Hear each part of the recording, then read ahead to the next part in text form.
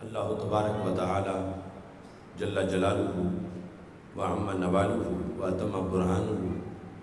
وعظم شانہ وجل ذکرہ وعز اسمہ کی حمد و ثنا اور حضور سرور کائنات مفخر موجودات زینت بزم کائنات دستگیر جہاں غم گسار زماں سید سروراں حامی بے کساں قائد المرسلین خاتم النبیین احمد مجتبیٰ جناب محمد مصطفیٰ صلی اللہ علیہ وآلہ واصحابہ وبارک وسلم کے دربار گہربار میں ہدیہ درود و سلام عرض کرنے کے بعد رب ذوالجلال کے فضل اور توفیق سے ہم سب کو جامعہ مرکز العلم کے سالانہ جلسہ دستار فضیلت میں شرکت کی سعادت حاصل ہو رہی ہے۔ فخر القراء حضرت مولانا قاری محمد خالد جلالی صاحب کی سرپرستی میں یہ مرکز علم اپنی ترقی کی منزلیں طے کر رہا ہے۔ آج دستار فضیلت کے موقع پر اس عظیم الشان اجتماع کا انعقاد کیا جا رہا ہے، جس میں جگر گوشہ نباز قوم حضرت صاحبزادہ محمد داؤد رضوی صاحب مجھ سے پہلے برکت افروز ہو چکے ہیں۔ تحریک لبیک یا رسول اللہ صلی اللہ علیہ وسلم ضلع گوجرانوالہ کے ناظم اعلیٰ مولانا محمد امانت علی جلالی صاحب، مولانا محمد قمر عباس جلالی صاحب، دیگر کثیر تعداد میں علماء کرام جلوہ گر ہیں۔ میری دعا ہے خالق کائنات جل جلالہ اس مرکز کو مزید عروج عطا فرمائے، اور اس کے جتنے معاونین ہیں قاری صاحب کے ساتھ مل کر جو اس مسجد اور مدرسہ کا اہتمام کرنے والے ہیں، رب ذوالجلال سب کو اس کا بہترین اجر عطا فرمائے۔ آج کے دستار فضیلت کے موقع پر جس طرح قاری صاحب کو ہدیہ تبریک پیش کر رہے ہیں، اس کے ساتھ ساتھ اسیر ناموس رسالت ہونے کے لحاظ سے حضرت مولانا قاری محمد خالد جلالی صاحب کو اور ان کے فرزند مولانا صاحبزادہ محمد انیس المجتبیٰ جلالی صاحب کو خصوصی طور پر اسیر ناموس رسالت ہونے کے لحاظ سے بھی خراج تحسین پیش کر رہے ہیں۔ رب ذوالجلال کے فضل و کرم سے اس میدان میں بھی انہوں نے بھرپور استقامت کا مظاہرہ کیا، اور رب ذوالجلال نے انہیں یہ عظیم سعادت عطا فرمائی۔ خالق کائنات جل جلالہ نے ہم سب پر یہ کرم کیا ہے کہ ہمیں دولت ایمان سے مالا مال کر رکھا ہے۔ یہ اتنی بڑی دولت ہے کہ اس کی وجہ سے بندے کو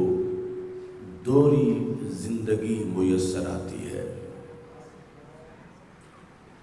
ہماری وہ زندگی جو کھانے پینے، اٹھنے بیٹھنے، چلنے پھرنے سے جس کا ادراک ہوتا ہے کہ چونکہ یہ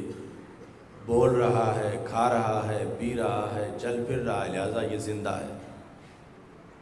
یہ زندگی ہماری وہ زندگی ہے جو جانوروں میں بھی پائی جاتی ہے اور کفار میں بھی پائی جاتی ہے۔ سکھ، ہندو، یہودی، نصرانی،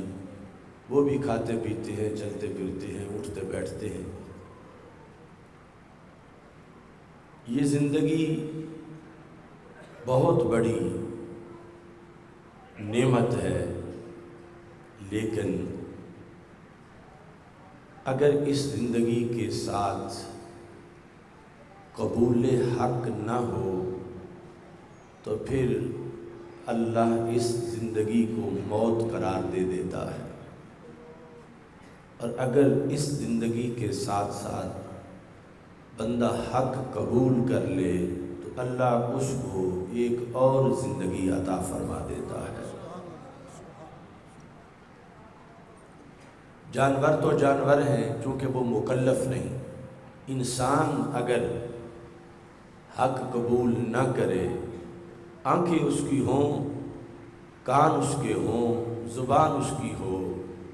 اللہ تعالیٰ قرآن مجید میں کہتا ہے صم بکم عمی، رب ذوالجلال ان کی آنکھوں کو نہیں مانتا، ان کے کانوں کو نہیں مانتا، چونکہ کان حق سنتے نہیں تو اللہ فرماتا ہے یہ بہرے ہیں۔ آنکھ حق دیکھتی نہیں، اللہ فرماتا ہے یہ نابینا ہے۔ زبان حق بولتی نہیں تو رب فرماتا ہے یہ گنگے ہیں۔ حالانکہ آنکھیں بھی ویسے صحیح ہیں، فزیکلی زبان بھی صحیح ہے، لیکن حق جو نہ مانے، رب اس عضو کی افادیت کا انکار کر دیتا ہے، گویا کہ یہ اعضاء معطل ہو چکے۔ اور جب اعضاء اپنا کام نہ کریں تو مجموعی جسم پھر اپنا کام چھوڑ جاتا ہے۔ اگرچہ بندہ چل پھر رہا ہو، لیکن اگر حق کے سامنے اکڑ جائے اور حق تسلیم نہ کرے تو پھر قرآن میں اللہ اسے مردہ قرار دیتا ہے۔ تو ہم کتنے خوش نصیب ہیں کہ صفحہ ہستی پہ ہم ڈبل زندگی کے شرف سے مشرف کیے گئے ہیں۔ وہ زندگی جو دوسری ہے، اس کے ہوتے ہوئے بھی انسان کو مردہ کہا گیا ہے۔ ہم کہہ سکتے ہیں قرآنی نقطہ نظر سے کہ زمین پر کروڑوں اربوں انسان مردہ ہیں، اور ان اربوں مردہ انسانوں میں اللہ نے ہمیں زندگی عطا فرما رکھی ہے۔ یہ قرآن مجید برہان رشید کا فیصلہ ہے۔ حضرت امیر حمزہ رضی اللہ تعالیٰ عنہ نے جب کلمہ نہیں پڑھا تھا تو بڑا اونچا اگرچہ خاندان تھا، لیکن قرآن نے کہا وَمَنْ كَانَ مَيْتًا، کیا وہ شخص جو کہ مردہ تھا، فَأَحْيَيْنَاهُ، پس ہم نے اسے زندہ کر دیا۔ پہلے مردہ تھا، ہم نے زندہ کیا۔ کہ جب حضرت امیر حمزہ رضی اللہ تعالیٰ عنہ نے کلمہ پڑھا تو قرآن کہتا ہے اب ہم نے ان کو زندہ کر دیا۔ حالانکہ پہلے بھی کھاتے پیتے تھے، چلتے پھرتے تھے، اٹھتے بیٹھتے تھے، لیکن حق تسلیم نہیں کیا تھا، تو قرآن نے کہا اس وقت مردہ تھے، اب ہم نے ان کو زندہ کر دیا۔ فَأَحْيَيْنَاهُ وَجَعَلْنَا لَهُ نُورًا، ہم نے ان کو نور دے دیا، یمشی بِهِ فِی النَّاسِ،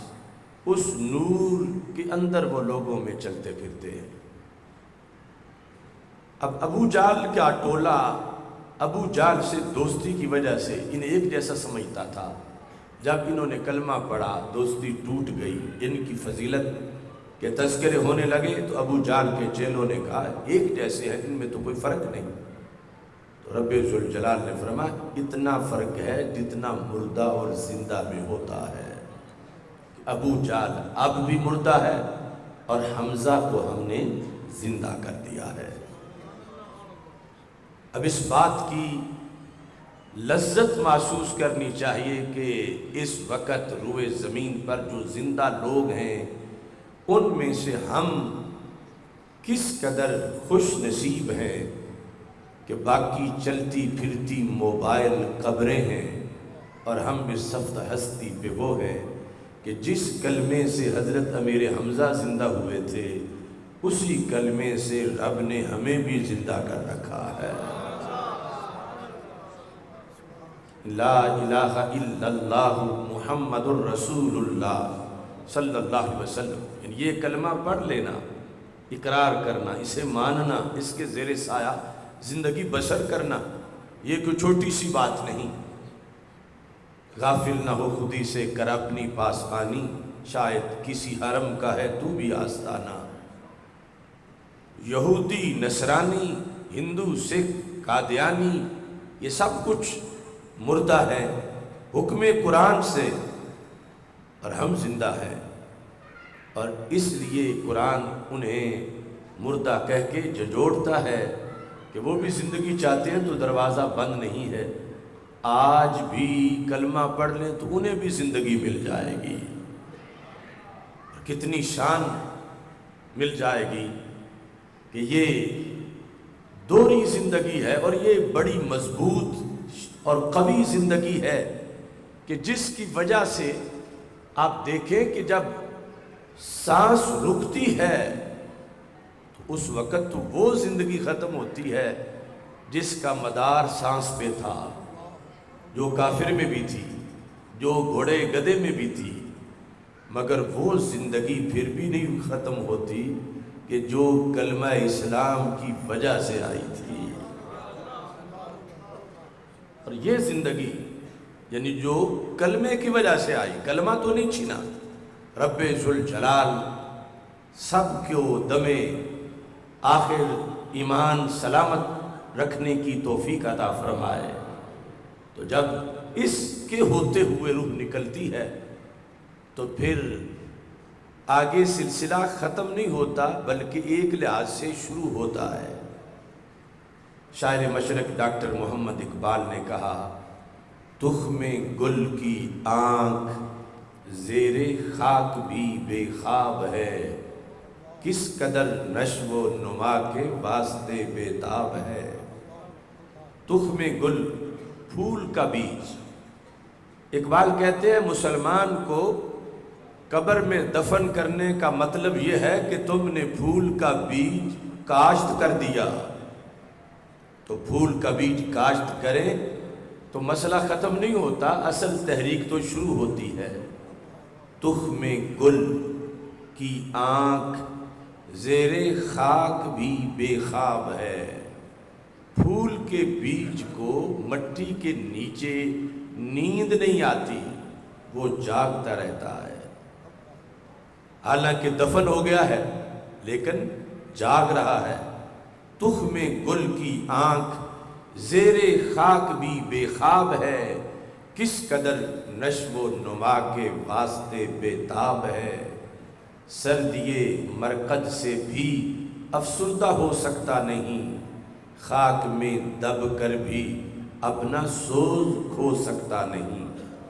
پھول بن کے اپنی تربت سے نکل آتا ہے یہ، موت سے گویا قبائے زندگی پاتا ہے یہ۔ ہے لحد اس قوت آشفتہ کی شیرازہ بند، ڈالتی ہے گردنیں گردوں میں یہ اپنی کمند۔ موت تجدید مذاق زندگی کا نام ہے، خواب کے پردے میں بیداری کا ایک پیغام ہے۔ تو یہ ایمان کی برکت ہے کہ جس کی وجہ سے قبر کے اندر ایک نیا سلسلہ جاری، اور پھر اس ایمان کے ساتھ جب بندہ قرآن کا حافظ بن جاتا، قرآن کا عالم بن جاتا، قرآن کا قاری بن جاتا ہے، قرآن کی گرامر سمجھتا ہے، قرآن کی تجوید و ترتیل کا ماہر بن جاتا ہے، قرآن مجید برہان رشید کے علوم پڑھتا ہے، اسے پھر رب ذوالجلال یہ جو دوسری زندگی ہے اس کی کئی طرح کی قوتیں عطا فرما دیتا ہے، اور وہ قوتیں قبر کے اندر بھی اپنا کردار ادا کرتی ہیں۔ جامع ترمذی میں یہ حدیث شریف موجود ہے کہ ہمارے آقا صلی اللہ علیہ وسلم کے کچھ صحابہ ایک مہم پر نکلے، ضرب بعض اصحاب النبی صلی اللہ علیہ وسلم خباءہ علی قبر وهو لا يحسب انه قبر انسان، کہ صحابہ کرام رضی اللہ تعالی عنہم نے کہیں ویران جگہ پہ خیمے لگائے، کسی جہادی مہم پہ نکلے ہوئے تھے، اذن فیہ انسان یقرأ سورۃ تبارک الذی بیدہ الملک، تو جہاں خیمے لگائے سمجھا یہ کہ ویران جگہ ہے، لیکن وہاں کسی کی قبر تھی اور اندر سے سورہ ملک کی تلاوت کی آواز آ رہی تھی، حتی ختمہا، صحابہ نے توجہ کی، وہ پڑھ رہا تھا 2 4 5 6 آیات پڑھی، مسلسل پڑھتا جا رہا تھا، یہاں تک کہ قبر کے اس قاری نے پوری سورہ ملک ختم کر ڈالی۔ صحابہ نے کانوں سے سنی، کوئی ایک آدھی آواز نہیں تھی، وہ پوری سورہ ملک کی تلاوت تھی، اور اس میں کوئی متشابہ نہیں لگا مٹی میں اس رہنے والے کو، بالکل ٹھیک طریقے سے تلاوت قرآن مجید انہوں نے مکمل کی۔ صحابہ حیران تھے، چونکہ یہ چیزیں آہستہ آہستہ صحابہ کو بتائی جا رہی تھیں عقائد اور اعمال کے لحاظ سے، یہ پہلا موقع تھا کہ قبر کے اندر کوئی پڑھ رہا تھا، صحابہ سن رہے تھے۔ تو جامع ترمذی میں ہے کہ صحابہ جب واپس لوٹے تو رسول اکرم صلی اللہ علیہ وسلم سے یہ مسئلہ پوچھا، ان کا یقین تھا کہ جو کچھ ہوا ہے ہمارے رسول صلی اللہ علیہ وسلم یقیناً اس سے باخبر ہیں، اگرچہ یہاں پاس موجود نہیں لیکن اسے جانتے ہیں کہ یہ کیا معاملہ ہے۔ تو جب پوچھا تو ہمارے آقا صلی اللہ علیہ وسلم نے جواب دینے سے پہلے ان کے سوال کی تصدیق کر دی، یعنی ایسا نہیں کہا کہ یہ کوئی پوچھنے والی بات ہے، ایسا ہو سکتا ہے، بالکل یہ تم غلط پوچھ رہے ہو، تمہارے کانوں کو غلطی لگ گئی ہے، یہ کیسے ہو سکتا ہے کہ زمین بند ہو اور بندہ اندر بولے۔ ہمارے آقا علیہ السلام نے یہ نہیں فرمایا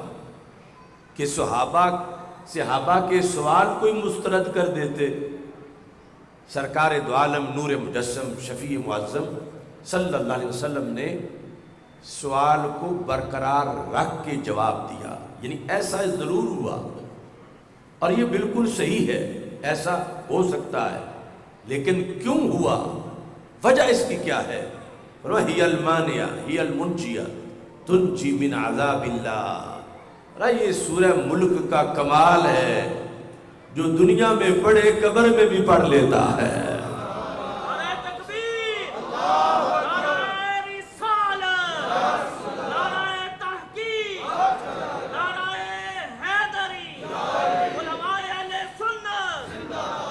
اس میں یہ جامع ترمذی کی حدیث جو سند کے لحاظ سے بالکل صحیح ہے، اس کا پہلا حصہ سوال کا اور اگلا حصہ جواب کا، یہ دونوں بڑے قابل غور ہیں۔ پہلا حصہ اس کو برقرار رکھنا ہمارے آقا علیہ السلام کا، یہ بھی ہمارے مسلک کی دلیل ہے کہ ایسا نہیں کہ جو قبر میں گیا ضرور مٹی میں مل گیا اور اس کی کوئی حیثیت ہی باقی نہیں رہی، بلکہ ایسا ممکن ہے اسے وہاں بھی ایک زندگی ملے جس میں اس کا حافظہ بھی صحیح ہو، اور وہ زندگی کھانے پینے کی محتاج بھی نہیں ہے، اور وہ زندگی سانس لینے کی بھی محتاج نہیں ہے، لیکن اس پر دنیاوی زندگی کے آثار مرتب ہو سکتے ہیں کہ آواز آئے،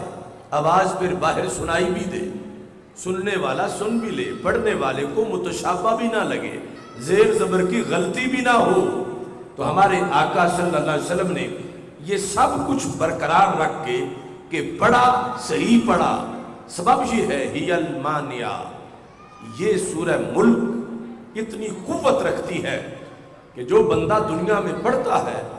اس کی قبر میں جب عذاب آنے لگے اس کی اتنی طاقت ہے یہ آگے سے منع کر دیتی ہے،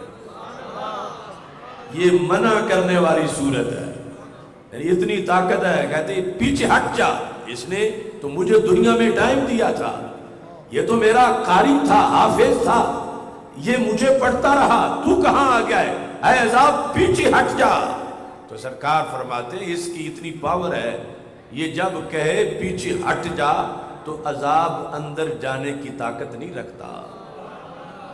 ہی المانیہ، یہ اس کی پہلی شان ہے، ہی المنجیہ، یہ نجات دینے والی صورت ہے،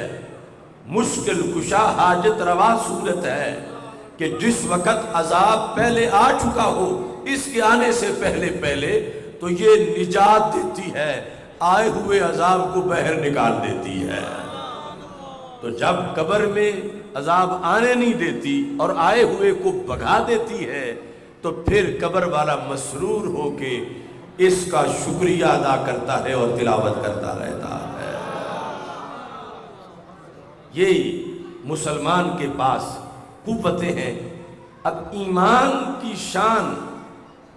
ہمیں اللہ کے فضل سے میسر ہے، اور ایمان کے لحاظ سے آگے ہمارے لیے اللہ تعالیٰ کی طرف سے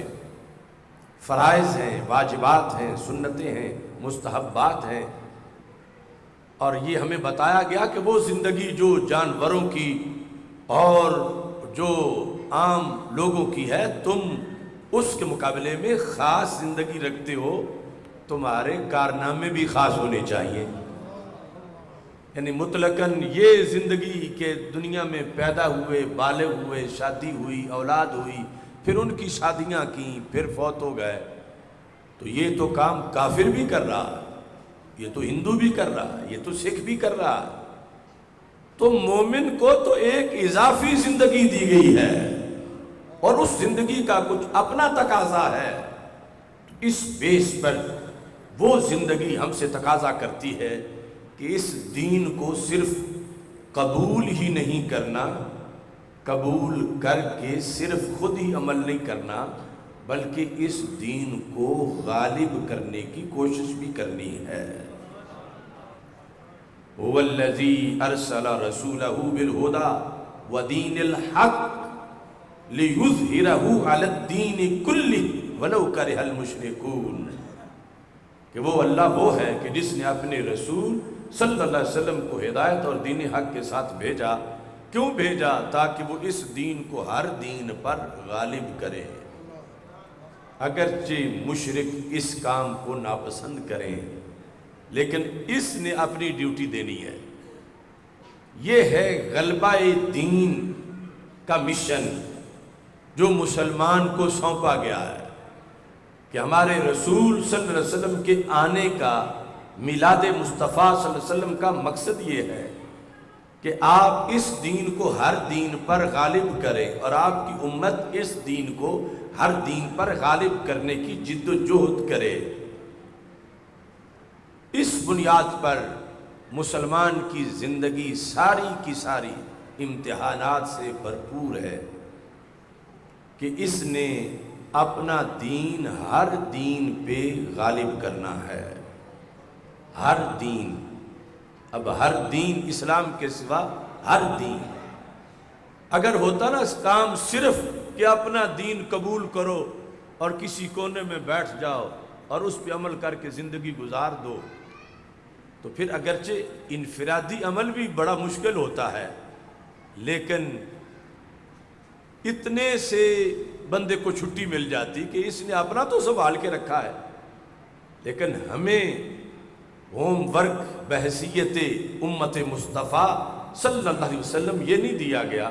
اس سے آگے ہے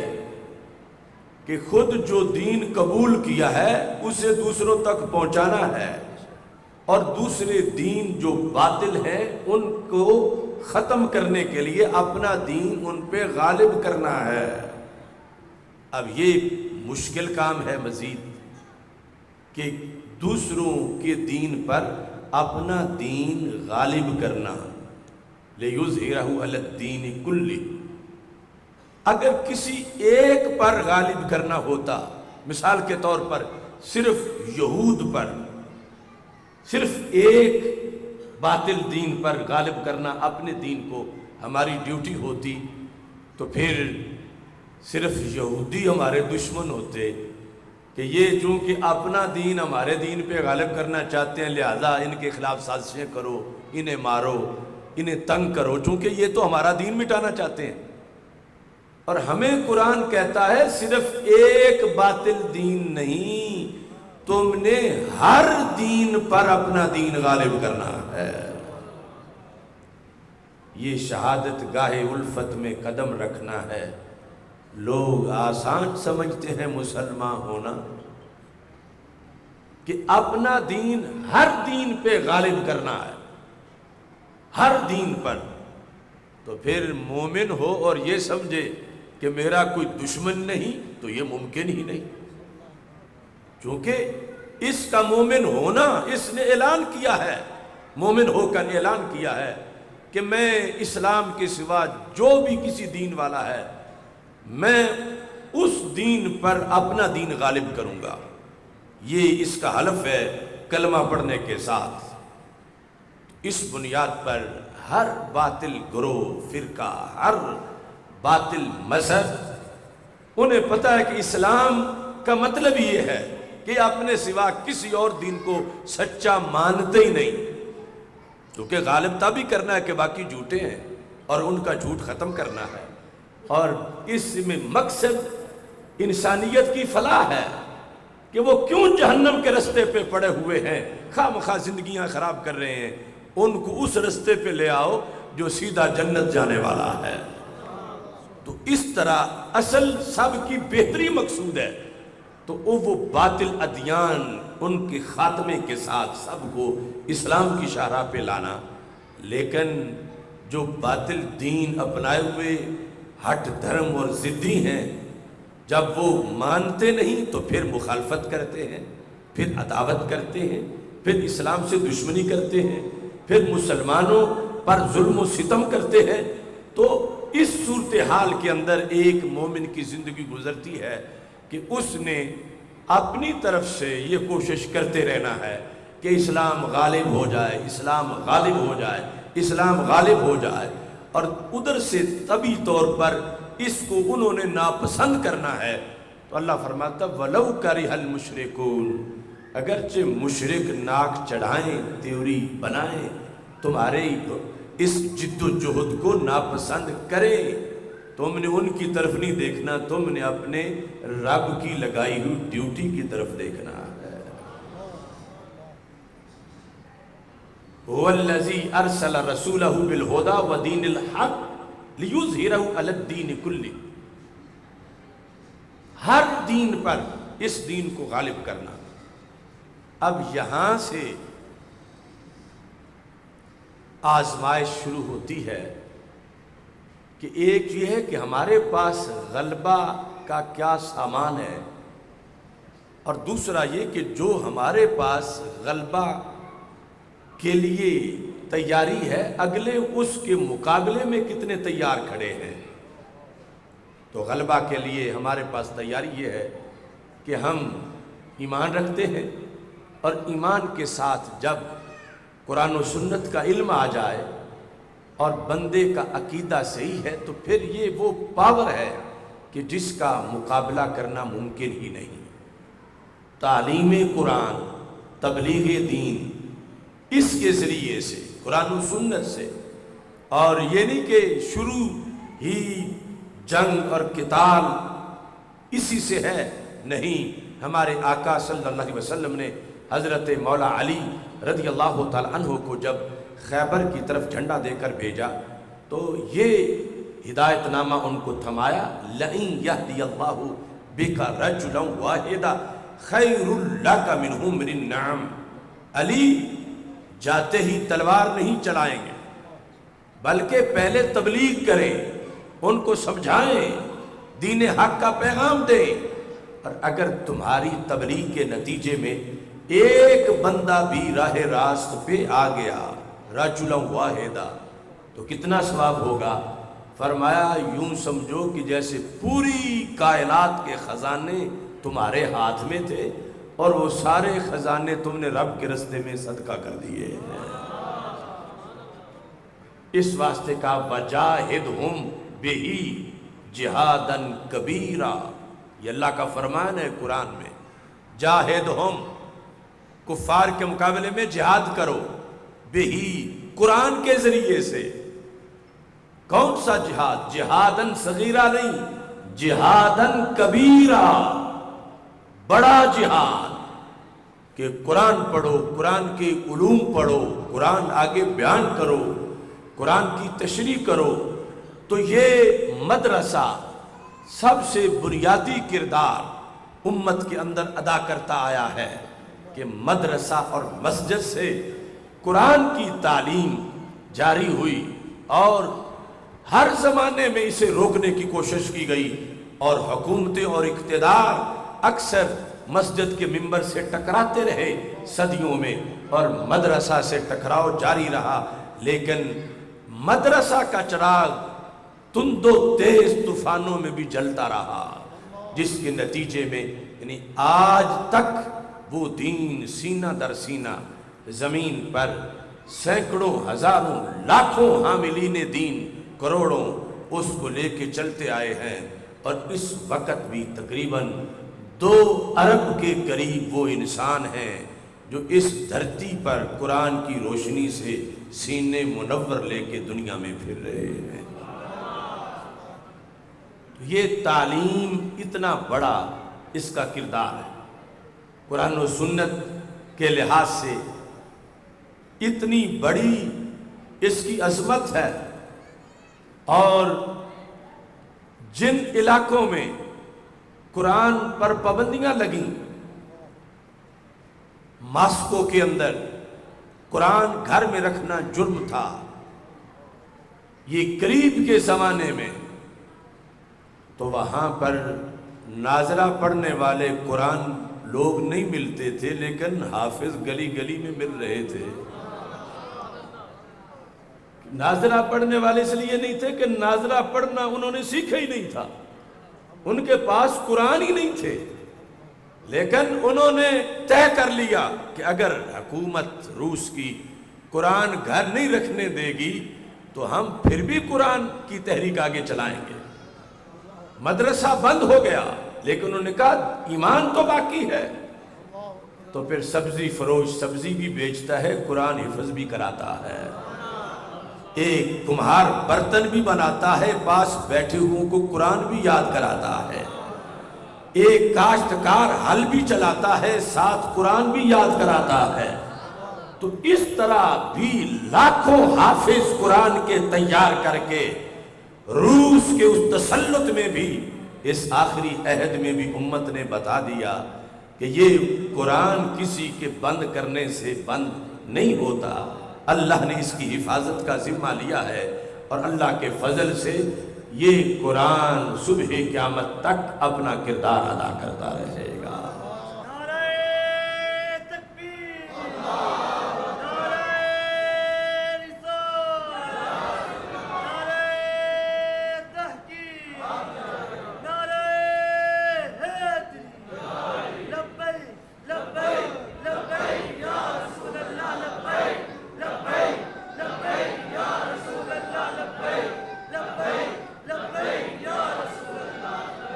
تو ہمارے آقا صلی اللہ علیہ وسلم نے یہ حکم دیا کہ اسے تم نے جاری رکھنا ہے۔ صحابہ کہتے ہیں، بخاری شریف میں حدیث ہے کہ اگر یہاں گردن پہ تلوار ہو اور چلنے سے پہلے مجھے پتہ چل جائے کہ میں ایک حدیث تو پڑھ سکتا ہوں، تو کہتے ہیں گردن کٹنے سے پہلے پڑھ کے ہی رہوں گا۔ امام احمد بن حنبل جب بادشاہ کے تشدد کا شکار تھے، مسئلہ قرآن کا ہی تھا، معتزلہ ایک غلط عقیدہ کے لوگ ہیں،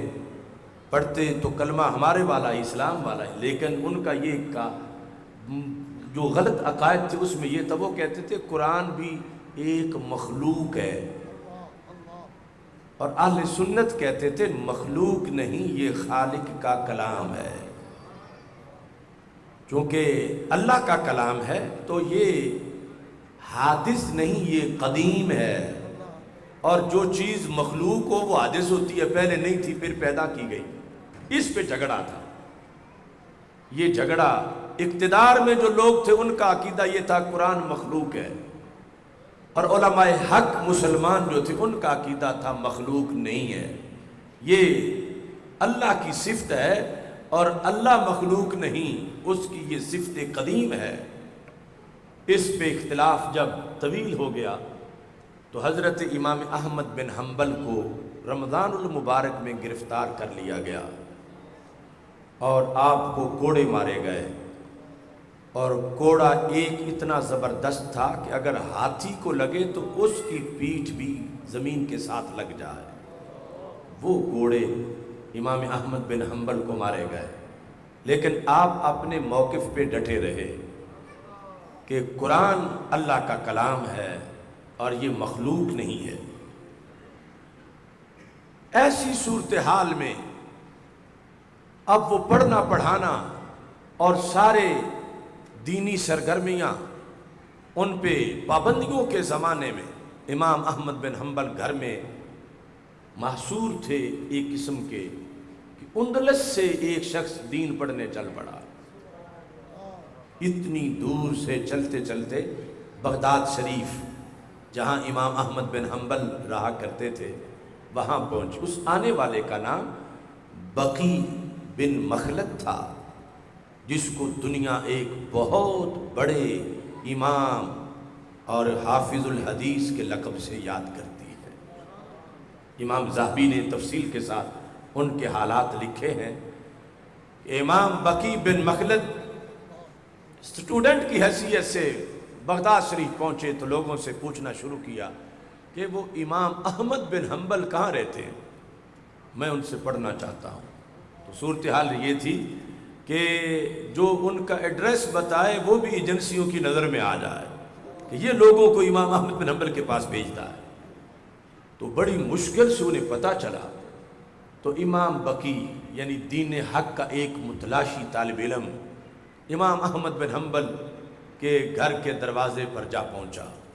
دستک دی، امام احمد بن حنبل باہر نکلے تو انہوں نے کہا کہ میں تو بہت دور سے آیا ہوں، سلام دعا کے بعد کہا میں تو پڑھنے آیا ہوں۔ تو امام احمد بن حنبل نے کہا آپ جیسے لوگ جب ہمیں ملا کرتے تھے تو ہم ان کو مرحبا کہتے تھے، مگر اب ایسے حالات میں تم آئے ہو کہ اس گلی سے جو گزرے حکمران اس کا بھی حساب کرتے ہیں، اب تو میں پڑھا نہیں سکتا، اب میری کلاس بند ہے، اب میرا لوگوں سے میل ملاپ بند ہے، جو مجھ سے ملے اس کا بھی محاسبہ ہوتا ہے۔ افسوس کہ تم ایسے زمانے میں دین محمد صلی اللہ علیہ وسلم پڑھنے میرے پاس آئے کہ جب میں معذور ہوں، عذر اتنا ہے کہ میں پڑھا نہیں سکتا۔ اب امام بقی بن مخلد نے اپنا علمی شوق پورا کرنے کا طریقہ بتایا، کہنے لگے میں ہوں نیا آیا ہوا بغداد میں، یہاں کے لوگ مجھے نہیں جانتے کہ میں کون ہوں۔ کن تو آتی کا کل یوم فی زی السوار، ہر دن میں بھکاری کے روپ میں آؤں گا اور وہی پہنوں گا جو بغداد میں بکاری پہنتے ہیں، پھٹا پرانا کپڑا سر پہ باندھوں گا، ہاتھ میں چھڑی پکڑوں گا، اور میں پوری طرح تیاری کر کے بکاریوں کو دیکھ دیکھ کے جو وہ گلیوں میں کہتے ہیں میں بھی وہی کہوں گا۔ تو بکاری کو تو گزرنے کی اجازت ہے تمہاری گلی سے، تو جب میں بکاری بن کے گزروں گا تو آپ کے دروازے کے پاس آ کر میں یہ کہوں گا الاجر رحمک اللہ، خدا تجھ پہ رحم کرے، الاجر الاجر، یہ میں کہوں گا تو تم سمجھ جانا کہ منگتا آ گیا ہے، تو اسی جگہ دروازے پر آ کر تم جس طرح کہ گویا مجھے ریال دے رہے ہو، درم دینار دے رہے ہو، اتنے میں تم آتے ہی کہہ دینا قال رسول اللہ صلی اللہ علیہ وسلم۔ ایک حدیث تم نے مجھے سنا دی، میں نے پکا لی، روزانہ ایک حدیث، اس سے ہی میرے سفر کے پیسے پورے ہو جائیں گے۔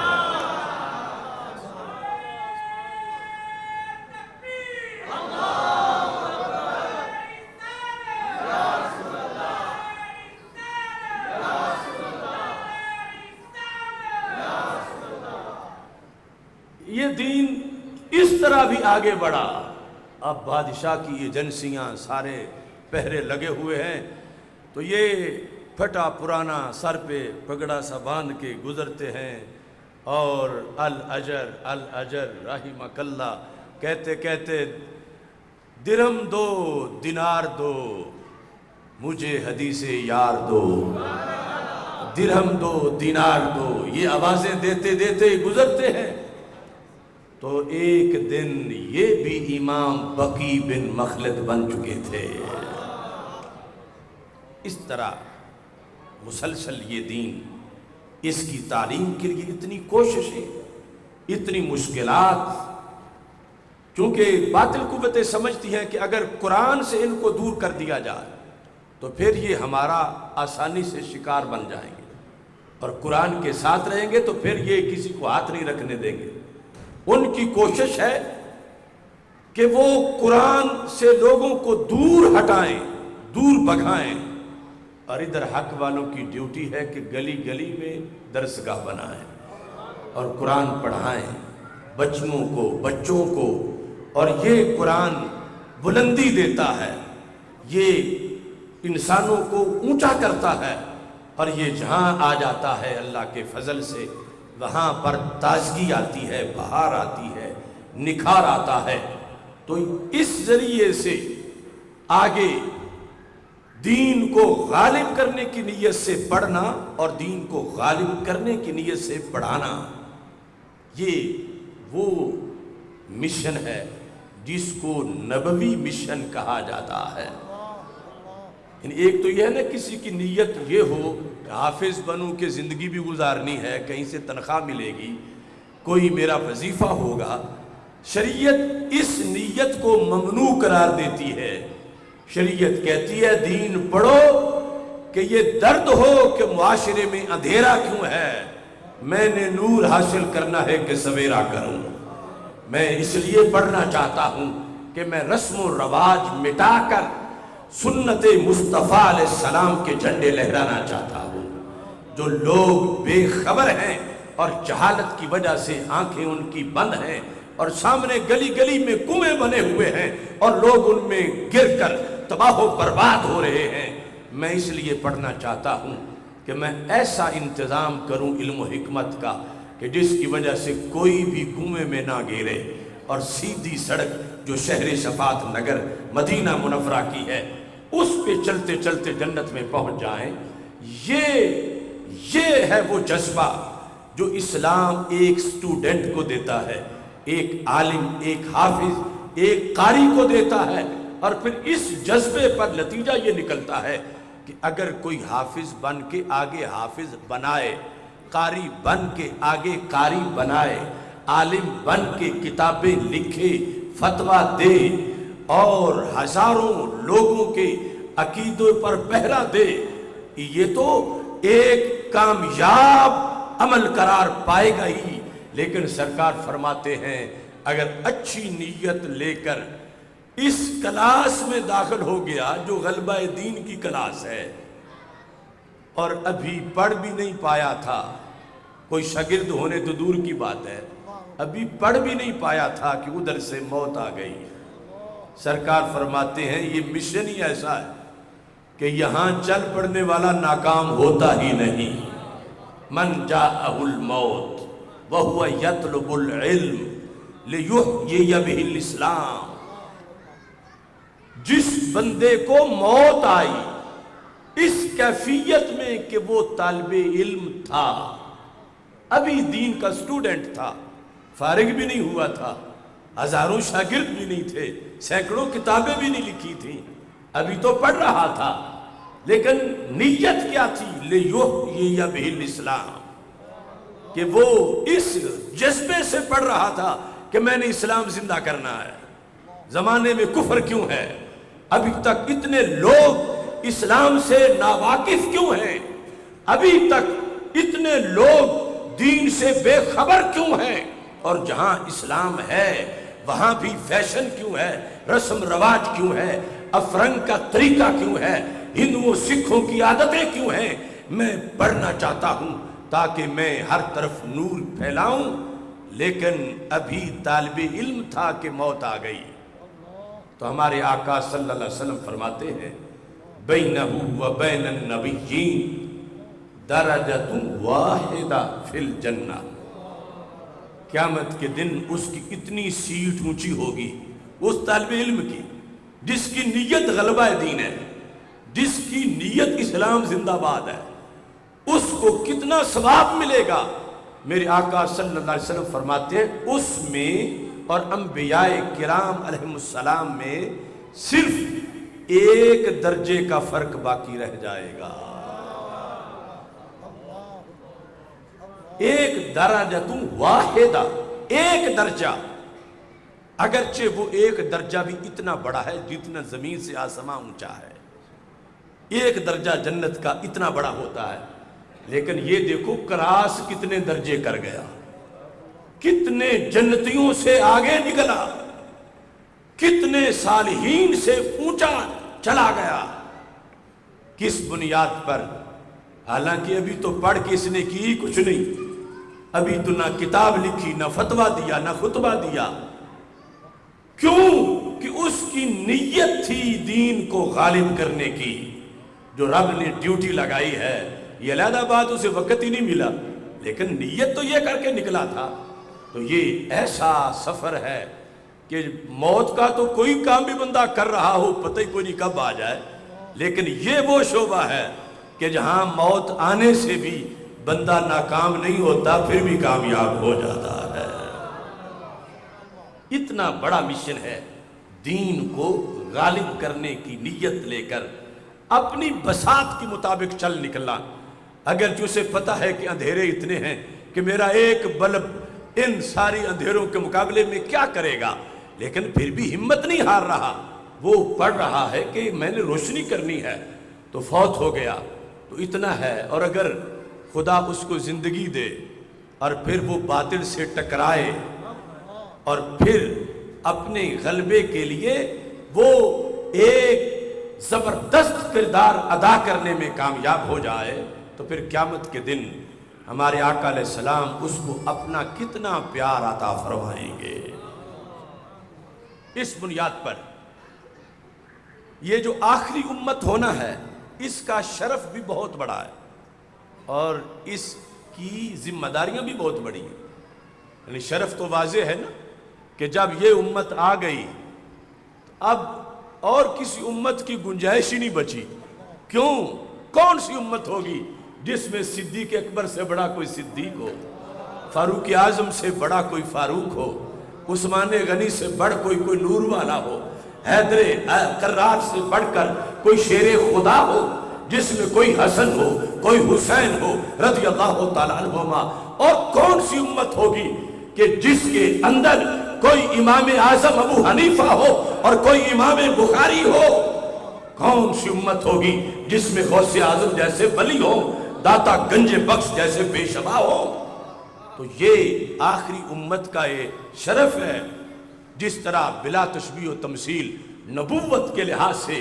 کہ سرکار آ گئے، نہ رکھی گل کے جوش حسن نے گلشن میں جا باقی، چٹکتا پھر کہاں گنچا کوئی باغ رسالت کا، کہ پھر نبوت کا دروازہ بند ہو گیا۔ کیوں؟ گنجائش ہی نہیں بچی۔ جو کچھ نبی کرتے تھے وہ وقت وقت کا سبق پڑھاتے تھے، سرکار نے قیامت تک کا پڑھا دیا ہے۔ اب کوئی آئے گا تو کیا پڑھانے آئے گا؟ کوئی چیز پیچھے بچی نہیں، رب نے جو دینا تھا انہیں بھیج کے دے دیا، تو اب اور کسی کی گنجائش نہیں رہی نہ رکھی گل کے جوش حسن نے گلشن میں جا باقی، چٹکتا پھر کہاں گنچا کوئی باغ رسالت کا۔ لہذا صحن نبوت بھر گیا، اور امتوں میں جب یہ امت آ گئی تو رب ذوالجلال نے حتمی فیصلے کے مطابق کہا اب اور کسی کی جگہ ہی نہیں ہے، کون آئے گا پیچھے؟ یعنی کوئی نئی امت اس کو چھوڑ کر کوئی گنجائش ہی نہیں بچی۔ اتنا بڑا مقام ہے ان کا تقوی، ان کا زہد، ان کا علم، ان کی شجاعت، ان کی امانت، ان کی ذہانت، ان کی دیانت، یہ سب کچھ اس انداز کا ہے کہ پہلے نبی آتے تھے بار بار، تب جا کے کہیں چند ہزار لوگ توحید پہ ہوتے تھے۔ ادھر 14 صدیاں گزر گئی ہیں، سرکار کے بعد نہ کوئی آیا ہے نہ کوئی آ سکے گا، لیکن اس کے باوجود آج بھی 2 ارب انسانوں کے سینے اس نور سے چمک رہے ہیں۔ 14 اللہ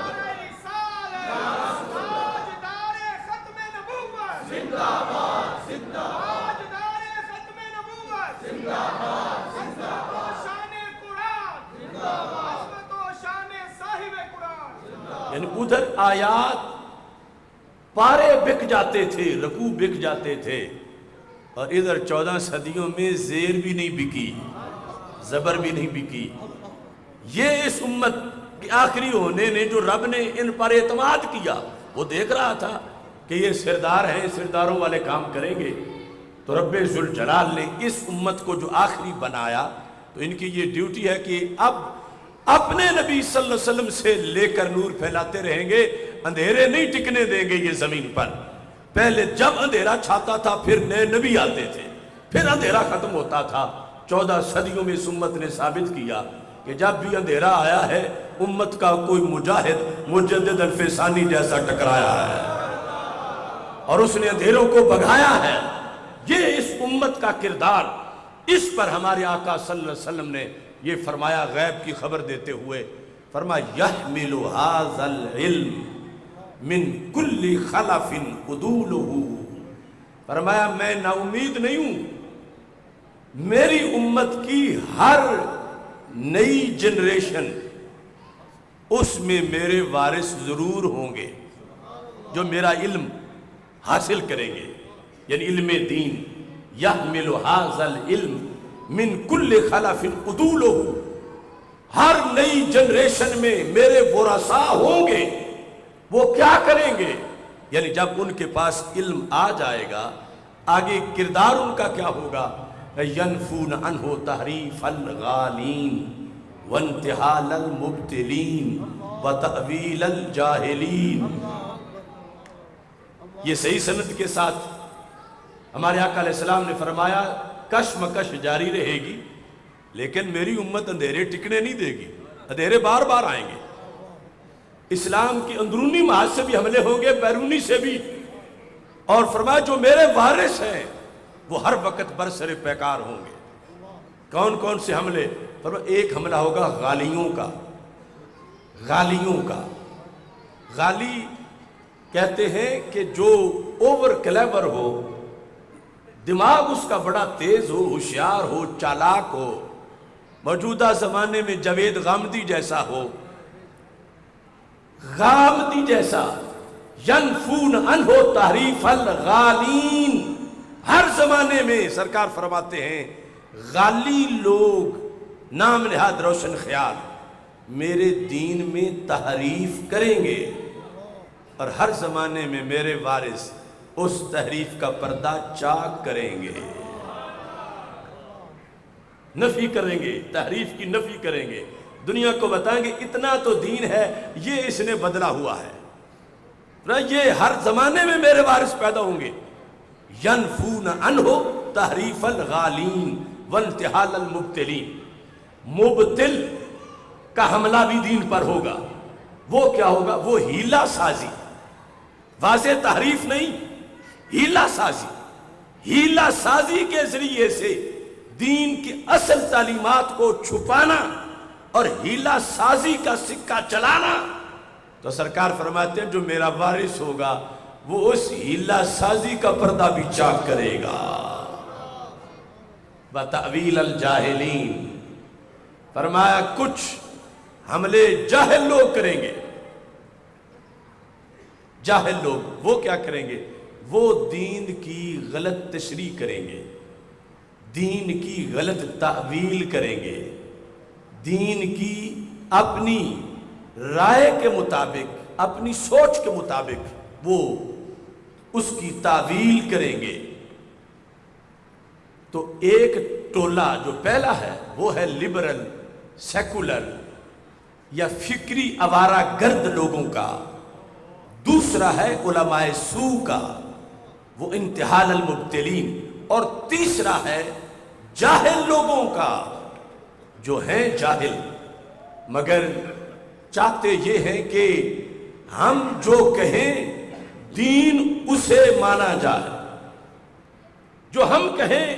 لوگ اسے دین سمجھے، حالانکہ وہ دین کی تشریح کر نہیں سکتے. دین کی تشریح کرنے کے لیے انہوں نے پڑھا ہوا نہیں ہے، اور کہتے ہیں کہ ہم دین کی تشریح کریں گے. اب دیکھو، فتویٰ دینا تب ہے کہ جب بندہ سپیشلسٹ ہو قرآن و سنت کا اور حد درجے کا ماہر ہو، کہ جو میں بولنے لگا ہوں نہ قرآن کی کسی آیت کے خلاف ہے، نہ کسی حدیث کے خلاف ہے، نہ صحابہ کے فیصلوں کے خلاف ہے، نہ ائمہ مجتہدین کی بات کے خلاف ہے. تو یہ کتنے سمندر اس نے علم کے پیے ہوں، تو پھر جا کے اسے پتہ ہو کہ جو میں بول رہا ہوں یہ کسی چیز سے بھی ٹکرا نہیں رہا. اور جنہیں سورہ اخلاص نہ آتی ہو یا لفظ خاتم النبیین نہ آتا ہو اور دعویٰ یہ کرے کہ ہمارا حق ہے کہ ہم دین کی وضاحت کریں گے، ہم فیصلہ دیں گے، ہماری رائے پہ عمل ہوگا. تو ہمارے آقا صلی اللہ علیہ وسلم نے فرمایا جب زمانے میں ایسے فتنے قیامت تک ہوں گے تو میرے وارث بھی ہوں گے، تو میرا دین اپاج نہیں ہوگا اور میرا دین بنجر نہیں ہوگا. دین کی کھیتیاں پکتی رہیں گی، مدارس سے لوگ تیار ہوتے رہیں گے. جب بھی کوئی غلط تعویل کرے گا، تحریف کرے گا، کوئی ہیلہ سازی کرے گا، میرے دین کا پہرے دار اٹھ کے کھڑا ہو جائے گا.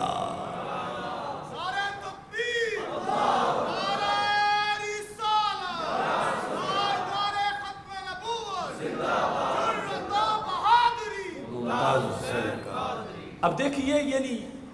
پڑھ لینا شان کتنی بڑی ہے، اور اس کے اندر جو پورا نیٹ ورک ہے، پڑھانے والے، انتظام کرنے والے، سب کے لیے کتنی بلند شانوں کا ذکر ہے.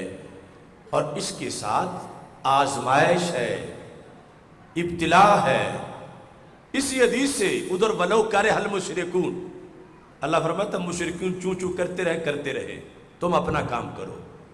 اور ادھر اب جس وقت مثال کے طور پر گلی میں اندھیرا ہو اور چور چوری کر رہا ہو اور آپ بٹن دبا کے بلب جلا دیں اور وہ سب کو نظر آ جائے، تو اب چور کو کس پہ غصہ ہے کہ یہ کس نے بٹن دبا دیا ہے؟ میں تو ٹھیک ٹھاک اپنا کام کر رہا تھا، میں نے تو ماننا ہی نہیں تھا، میرے بارے میں تو اس علاقے میں کسی نے خیال بھی نہیں کرنا تھا کہ یہ بھی چوری کر سکتا ہے. تو کتنا ظالم ہے جس نے بٹن دبا دیا ہے اور میں رنگے ہاتھوں پکڑا گیا ہوں. تو اب بٹن دبانے والا اگر حفاظت کا کردار ادا کر گیا ہے تو عداوت بھی تو اس نے جھیلنی ہے. چور کے دوست، چور کے حامی، چور کے رشتہ دار اس کی جان کے دشمن ہیں کہ سب کچھ اس کا قصور ہے، یہ بٹن نہ دباتا تو یہ سب کچھ نہ ہوتا. تو پھر عالم دین جس نے سرکار صلی اللہ علیہ وسلم کی طرف سے لگائی ہوئی ڈیوٹی پہ پہرا دینا ہے، اس نے پھر اینٹیں بھی کھانی ہیں، گولیاں بھی، گالیاں بھی، سب کچھ. چونکہ اس نے بٹن دبانا ہے تو پھر لوگوں کو نظر آنا ہے کہ وہ فلاں اتنا جو ہم نے پارسا سمجھا ہوا تھا تو دغا تو وہی کر رہا ہے، وہ فلاں اس طرح کر رہا ہے، وہ فلاں اس طرح کر رہا ہے. چونکہ بٹن دبانے سے تو سب کو پتہ چل جائے گا. اس بنیاد پر علم پڑھنا، یعنی پڑھنے کے دوران مشکلات ہیں، لیکن نبھانا اس سے بھی مشکل ہے، کیونکہ سرکار دو عالم نور مجسم شفیع معظم صلی اللہ علیہ وسلم نے پڑھے ہوئے لوگوں کے بارے میں فرمایا 3 کام کریں گے ینفون عنہ، انہوں نے نفی کرنی ہے، یہ بھی صحیح نہیں، یہ بھی صحیح نہیں، یہ بھی صحیح نہیں، جو حقیقت میں غلط ہے اسے غلط کہنا ہے۔ اور معاشرہ اگر یہ ہو کہ یہ اسے دیکھو یہ کیا کر رہے ہیں، ان کوئی تقریر ہے ہی نہیں ایسی کہ جس میں کسی کا رد نہ ہو، یہ فلاں کا رد، یہ فلاں کا رد، یہ فلاں کا رد، یہ فلاں کا رد، یہ فلاں کا رد۔ اب یہ کیسے رکے جب اس کی ڈیوٹی سرکار مدینہ نے لگائی ہو۔ ینفون عنہ تحریف الغالین وانتحال المبتلین وتأویل الجاہلین، یہ کام سر فہرست وقت کا مجدد کرتا ہے، اور پھر اس کے بعد اس مجدد کے ہم جیسے چھوٹے چھوٹے کارکن یہ جھنڈا اٹھا کے رکھتے ہیں اور وہ قرآن و سنت آگے پیش کرتے رہتے ہیں۔ یہ مجبوری ہے کہ بولنا پڑتا ہے کہ سرکار قیامت کے دن فرمائیں چلو جو ان پڑھ تھے وہ تو معذور تھے، تم پڑھے ہوئے تھے، تم کیوں چپ رہے؟ جس کے پاس پیسہ نہیں اس سے نہیں مطالبہ کہ تم نے زکوٰۃ کیوں نہ دی، وہ تو صاحب نصاب نہیں، اور جو صاحب نصاب ہے زکوٰۃ بھی تو اسی نے دینی ہے۔ امام بیضاوی کہتے ہیں وَمِمَّا رَزَقْنَاهُمْ يُنْفِقُونَ، اس کی ایک تفسیر یہ بھی ہے کہ جنہیں ہم نے علم دیا وہ وقت آنے پر اس علم کا اظہار کرتے ہیں، اس علم کو ظاہر کریں گے۔ اب انہوں نے کرنا جن کے پاس علم ہے، جن کے پاس علم نہیں وہ کیسے ظاہر کریں گے؟ تو اس بنیاد پر یہ ایک عالم دین جو غلبہ دین چاہتا ہے، رسول اکرم صلی اللہ علیہ وسلم کی لگائی ہوئی ڈیوٹی کے مطابق اسے یہ اہتمام کرنا پڑے گا۔ اور اس میں یہ صرف یہ حدیث آپ ذہن میں رکھیں، صرف یہ حدیث کہ جس وقت غالی لوگوں کی اس نے نفی کی تو غالیوں کے جتنے بھی چیلے ہوں گے وہ تو اس کو نہیں معاف کریں گے۔ جب باطل پرستوں کی اس نے پردے چاک کیے تو ان کی تو پوری مشینری اس کے خلاف چلے گی، اور جب جاہلوں کی تعویل اس نے کہا یہ دین نہیں ہے، یہ جھوٹ بول رہے ہیں، یہ جہالت ہے جو یہ کہہ رہے ہیں، تو پھر وہ جاہل ہو سکتا ہے حکمران ہو اور ہو سکتا ہے کوئی پیر ہو جس کی گھڑی ہوئی تعویل کا رد ہو گیا ہے۔ تو اب اس کے پیچھے تو ہر کوئی ڈنڈا لے کے نکلے گا اور گالی اور گولی اور یہ سب کچھ۔ تو عالم ہو اور اس کا کوئی مخالف نہ ہو، یہ ممکن ہی نہیں۔ یعنی پھر یہ ہوگا کہ عالم ہے آگے چپ سرکار ہے، یعنی عالم تو ہے، اسے پتا ہے کہ سامنے کنواں ہے، اسے نظر آ رہا ہے، لوگ گر بھی رہے ہیں لیکن وہ بولتا نہیں ہے۔ کیوں میں بتاؤں کہ جنہوں نے کنواں نکالا تھا وہ کہیں گے ہم نے اتنے مارنے تھے، اس نے بول کے ہمارے شکار خراب کر دیے ہیں۔ تو چپ سرکار بن کے بیٹھے تو سرکار ناراض ہوتے ہیں، اور بولے تو پھر لوگ ناراض ہوتے ہیں۔ اس بنیاد پر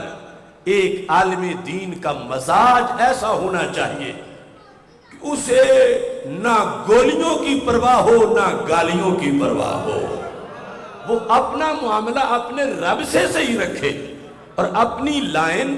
اپنے رسول صلی اللہ علیہ وسلم سے صحیح رکھے، اور اپنا مسلک اپنے اکابر کے خطوط پر صحیح رکھے، اور اس کے مطابق وہ چوکی داری کرے، وہ پہرے دار رہے، لوگوں کی واہ واہ کو بھی نہ دیکھے اور لوگوں کی ہائے ہائے کو بھی نہ دیکھے۔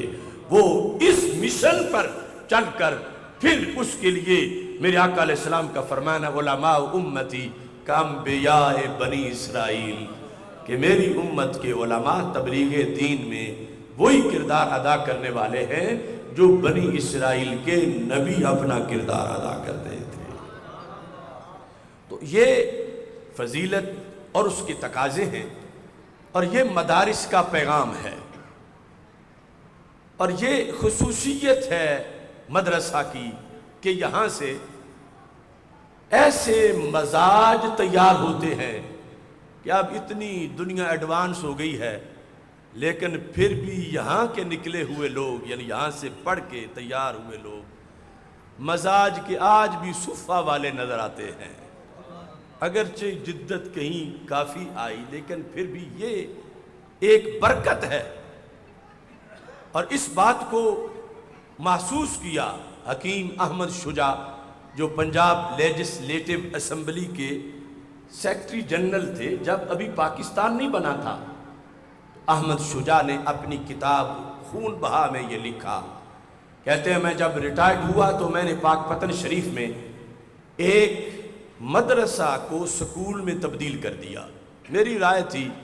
کہ مدرسہ کیا دے سکتا ہے ملت کو، یہ ٹوٹی پھوٹی صفوں پہ پھٹے پرانے کپڑے پہنے، یہ جو رٹے لگا کر حفظ کر رہے ہیں، یہ کیا رہنمائی قوم کی کر سکتے ہیں؟ تو سکول میں پڑھا ہوگا تو اچھی رہنمائی کرے گا۔ تو کہتے ہیں میں نے سکول بنایا، اور اس میں کوئی شک نہیں اصلی تعلیم بھی ضروری ہے، لیکن مدرسہ بند کر کے بنانا یہ تو درست نہیں تھا۔ لیکن وہ کہتے ہیں میرا سکول چل گیا، دور دور سے لوگ آنے لگے اور سکول بہت مشہور ہوا۔ احمد شجاع کہتے ہیں کچھ وقت گزرا تو پاک پتن شریف سے مجھے کہیں منتقل ہونا پڑا، تو پاک پتن شریف والوں نے سکول بند کر دیا، مدرسہ بحال کر دیا۔ کہتے ہیں مجھے بڑا غصہ آیا، تو میں اپنا دکھ ڈاکٹر محمد اقبال سے شیئر کرنے کے لیے لاہور پہنچا کہ اور تو لوگ ہیں ہی جاہل، انہیں کیا پتا ہے کہ سکول کا مرتبہ کیا ہے، مقام کیا ہے، یہ ضروری کتنا ہے۔ ڈاکٹر اقبال کے پاس میں پہنچا تو میں نے بتایا کہ میں نے اتنی محنت سے سکول بنایا اور یہ پاک پتن شریف کے لوگوں نے میرے کیے پہ پانی پھیر دیا۔ ان لوگوں کو محسن کا پتہ ہی نہیں کہ محسن کون ہوتا ہے، یہ کیا کر سکتا ہے مدرسہ، یہ حافظ 10-20 زیادہ بھی بن جائے تو یہ کیا کر لیں گے، سکول روزگار ملے گا۔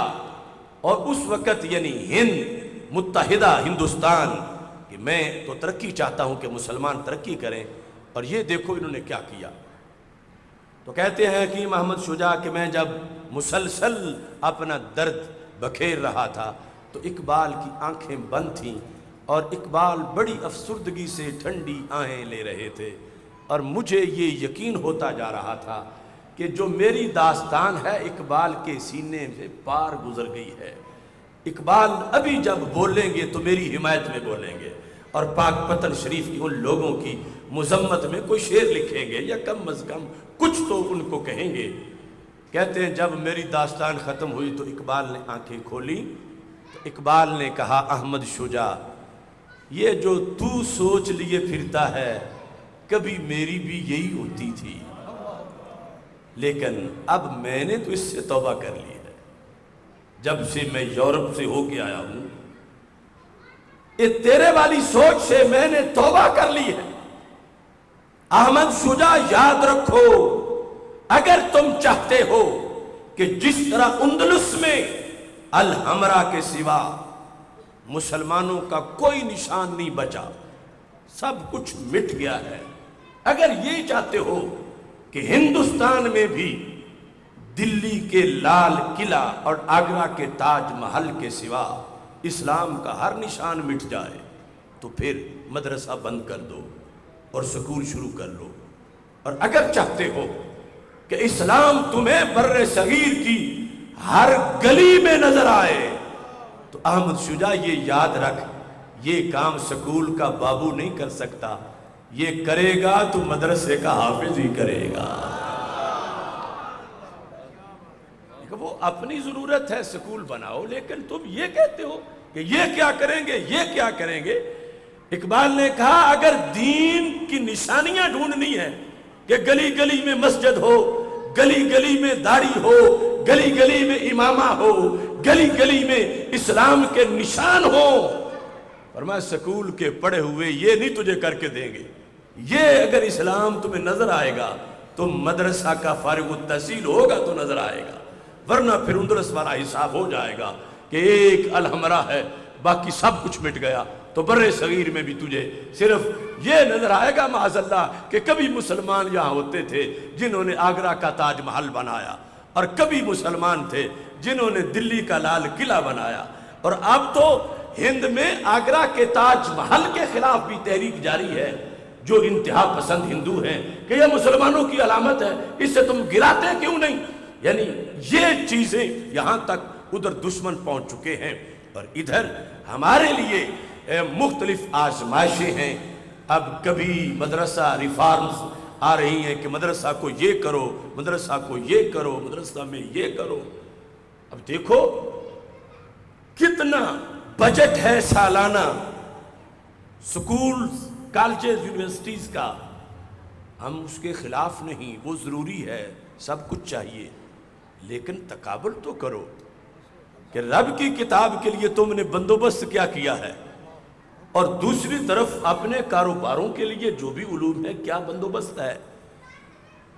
ادھر اربوں روپے کا بجٹ اور ادھر محلے دار خود چلا رہے ہیں، اور برداشت پھر بھی نہیں ہو رہا۔ کہتے ہیں کہ ہمارا بندہ بھی بٹھاؤ وہاں پر جو تمہاری آمدنی چیک کرے۔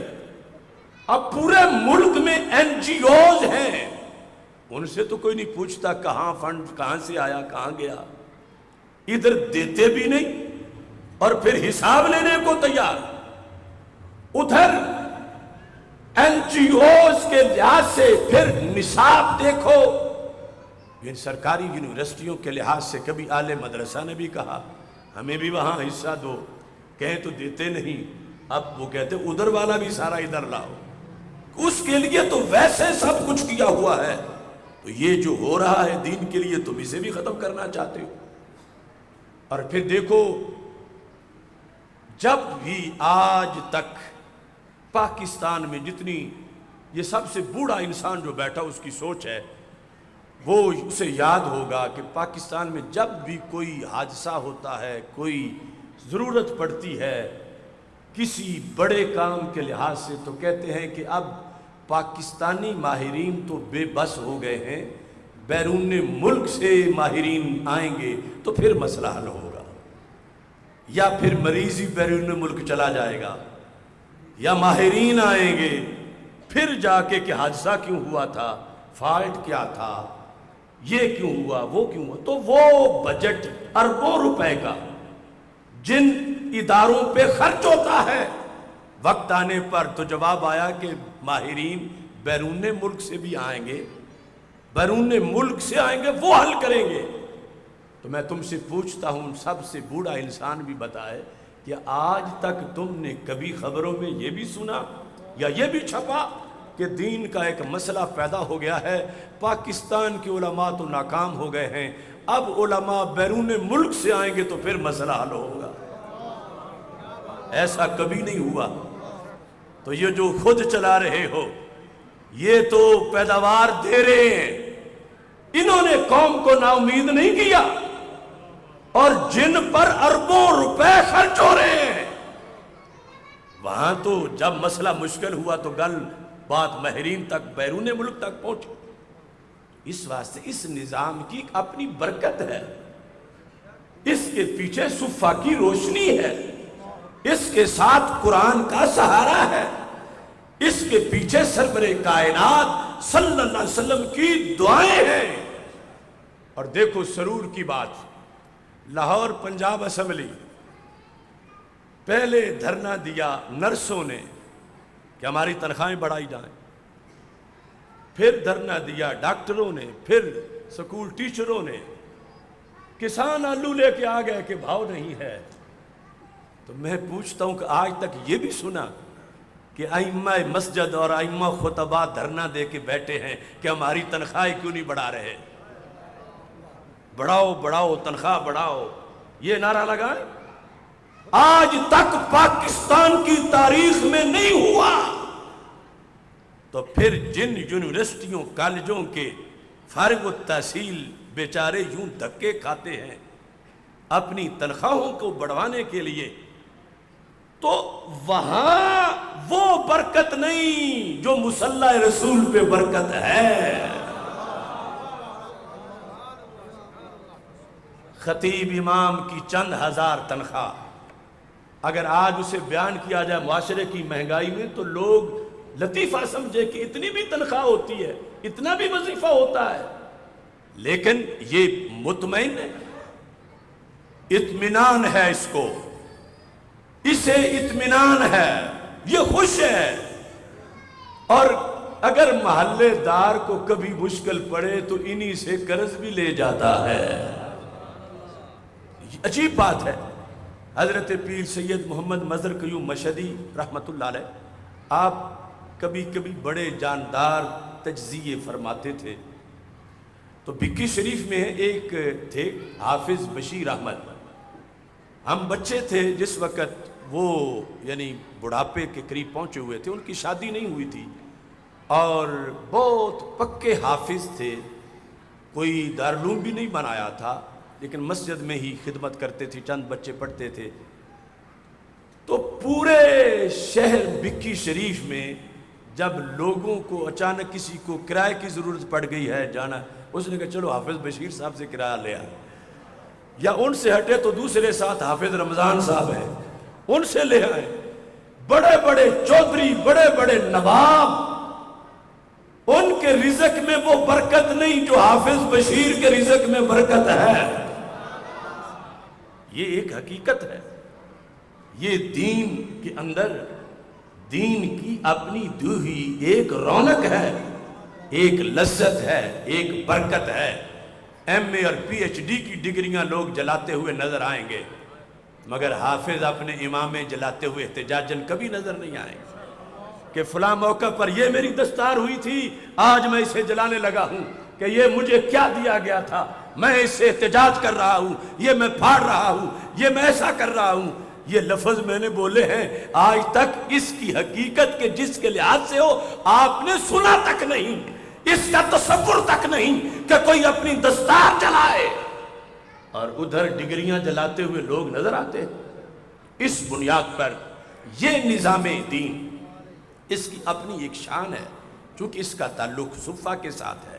نبی اکرم نور مجسم شفیع معظم صلی اللہ علیہ وسلم نے ان کو جب دنیا میں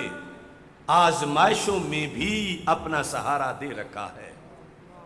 تو قیامت کے دن سرکار فرماتے ہیں جنت میں اتنی اٹریکشن ہے کہ جب بھی کوئی جنت کے گیٹ پہ پہنچے گا تو شکر کرے گا پہنچا ہوں، جلدی داخل ہو جاؤں کہیں کوئی رکاوٹ نہ بن جائے، کیونکہ جنت کا قانون ہے جو داخل ہو گیا وہ تو نہیں نکالا جائے گا،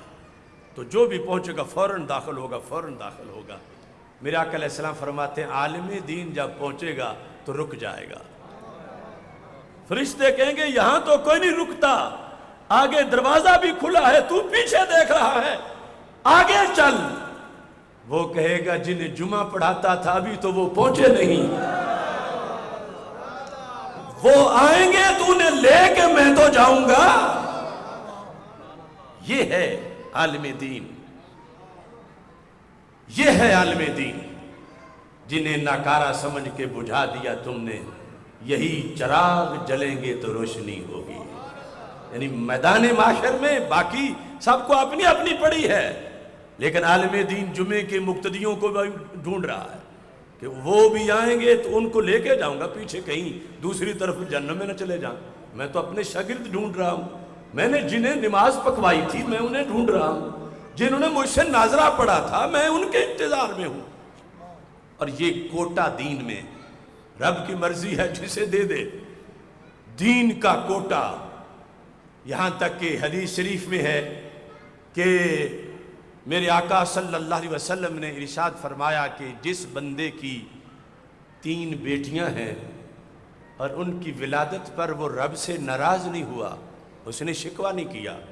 اس نے ان کی تربیت کی اور اس نے پھر ان کا فرض ادا کر دیا، قیامت کے دن وہ بیٹیاں اپنے والدین کو جہنم میں نہیں جانے دیں۔ ویسے تو صنف نازک ہے اگر پاور ان کی کتنی ہے، قیامت کے دن اگر اس کے والدین، شرط یہ ہے کہ مسلمان ہوں اور اس کے بعد وہ قرار جہنمی پائے ہیں، عمل ان کے ایسے نہیں کہ جنت جائیں۔ میرے آقا صلی اللہ علیہ وسلم ارشاد فرماتے ہیں رب فرشتوں کو سمجھا دے گا کہ یہ بندہ جہنمی تو بن گیا ہے، لیکن اگر اس کی بیٹی، یہ اس کو پتا ہے اللہ کو کہ ایسا ہونا، اس کی بیٹی نے اس کا ہاتھ پکڑ کے تجھ سے چھڑایا، فرشتوں دم مارنے کی مجال نہیں، تم نے پھر جہنم کی طرف نہیں کھینچنا، تم نے اس کو جنت جانے دینا ہے۔ اسلام کی قوت، اسلام کی طاقت، بڑے بڑے تاجوروں کے تاج اچھل جائیں گے، پسینے میں ڈوب رہے ہوں گے، اونچی کرسیوں والے قدموں کے نیچے موم جامے بن چکے ہوں گے، بڑے بڑے اکھڑ مزاج پانی پانی ہو چکے ہیں، لیکن ایک مسلمان کی بیٹی کمزور سی، اس کے سورسز اتنے ہیں، اب وہ جہنم کے دروازے پہ جا کھڑی ہے، اور جہنم کے دروازہ یہ نہیں کہ 10-12 فٹ کا ہے، وہ تو ہزاروں میل چوڑا ہے، اور اس کی معلومات یہ ہیں کہ میرے ابے نے یہاں ہی پہنچنا ہے، اسے جن فرشتوں نے پکڑا ہوا ہے نا، ان کی جہاں ڈیوٹی ہے، وہ ادھر اس کو لے کے آ رہے ہیں، اگر اس بیچاری کو پتہ ہی نہ چلے اور دوسرے دروازے سے فرشتے اس کو جہنم میں لے جائیں، تو یہ اتنے اس کی معلومات ہوں گی اس بچی کی۔ میرے آقا علیہ السلام فرماتے ہیں کُنَّ لَهُ سِتْرًا مِّنَ النَّارِ، وہ آگ کے آگے پردہ بن جائیں گی، دروازے کے سامنے ساری بچیاں اکٹھی ہو کے کھڑی ہو جائیں گی، اور جب ابا جی پہنچے گی اور ان کی والدہ اور فرشتے ان کو جہنم لے جانا چاہتے ہیں، وہ کہتی نہیں جانے دیں گی، ہم نے ان کو جنت لے جانا ہے، انہوں نے ہمیں پڑھایا ہے، ہمارے ساتھ حسن سلوک کیا ہے، ہماری ولادت پر انہوں نے کوئی احتجاج نہیں کیا تھا۔ اب میرے آقا صلی اللہ علیہ وسلم ارشاد فرماتے ہیں کہ فرشتے رب کی طرف سے انہیں اس بات پر پابند کیا گیا ہوگا، بخاری میں ہے کہ تم نے ان بچیوں کے سامنے بولنا نہیں، وہ ہاتھ پکڑیں اور لے جائیں اپنے والدین کو جنت میں، اس واسطے کہ ہم نے اسلام کی بیٹیوں کا کوٹا منظور کر رکھا ہے۔ لوگ ویلیو پوچھتے ہیں، کیا ویلیو بنے گی، کیا سیٹ ہوگی، تو امریکہ جیسی کروڑوں حکومتیں مل کر بھی ایک جہنمی کو فرشتوں کے ہاتھوں سے چھڑا کے جنت نہیں لے جا سکتی، اور ادھر اسلام کی بیٹی اکیلی بھی چھڑا سکتی ہے، اور یہ رب کا اس پر کرم دین کی وجہ سے ہے، اسے یہ انتظام دیا گیا۔ اور ضمناً اب یہاں یہ بھی بات سمجھ لو، میں اپنی بات ختم کرتا ہوں، یہ حدیث بخاری کی سارے فرقوں والے بیان کرتے ہیں، اور جب بیان کرتے ہیں تو اس وقت انہیں کوئی شرک کا اندیشہ بھی نہیں ہوتا، کیونکہ یہ جہنم سے چھڑانا اور جنت لے جانا یہ مشکل کشائی تو بہت بڑی ہے نا، حاجت روائی بہت بڑی ہے، اور یہ حدیث بخاری میں ہے۔ اب بچی چھڑا رہی ہو، جنت لے جا رہی ہو،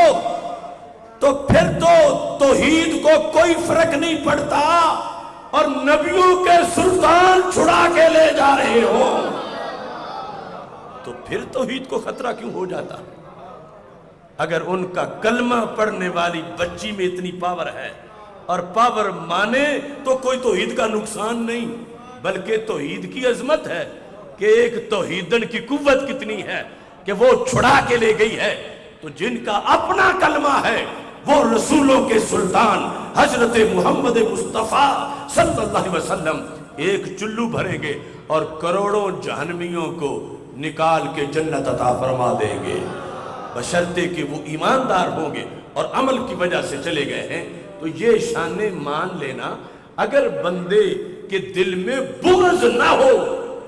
تو کوئی بعید نہیں۔ اب بچیوں کے لحاظ سے چونکہ بغض نہیں ہے، یہ حدیثیں وہ بھی بیان کر دیتے ہیں، لیکن ان سے کوئی پوچھے رامے گامے کی بیٹی کا اگر یہ کمال ہے تو پھر غوث پاک سے کیا دشمنی ہے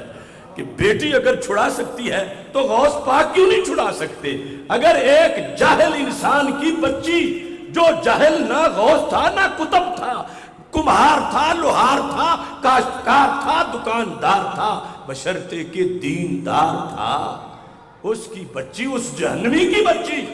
اسے جہنم سے بچا کے لے گئی ہے، تو پھر سارے رسولوں کے سردار کی شہزادی فاطمہ الزہرا رضی اللہ تعالی عنہا، ان کا کتنا اختیار ہوگا، ان کے ہاتھ میں کتنے فیصلے ہوں گے، ان کے لیے رب ذوالجلال کی طرف سے کتنا فضل ہوگا۔ پورا دین اگر اس کو اپلائی کیا جا سکتا ہے پوری طرح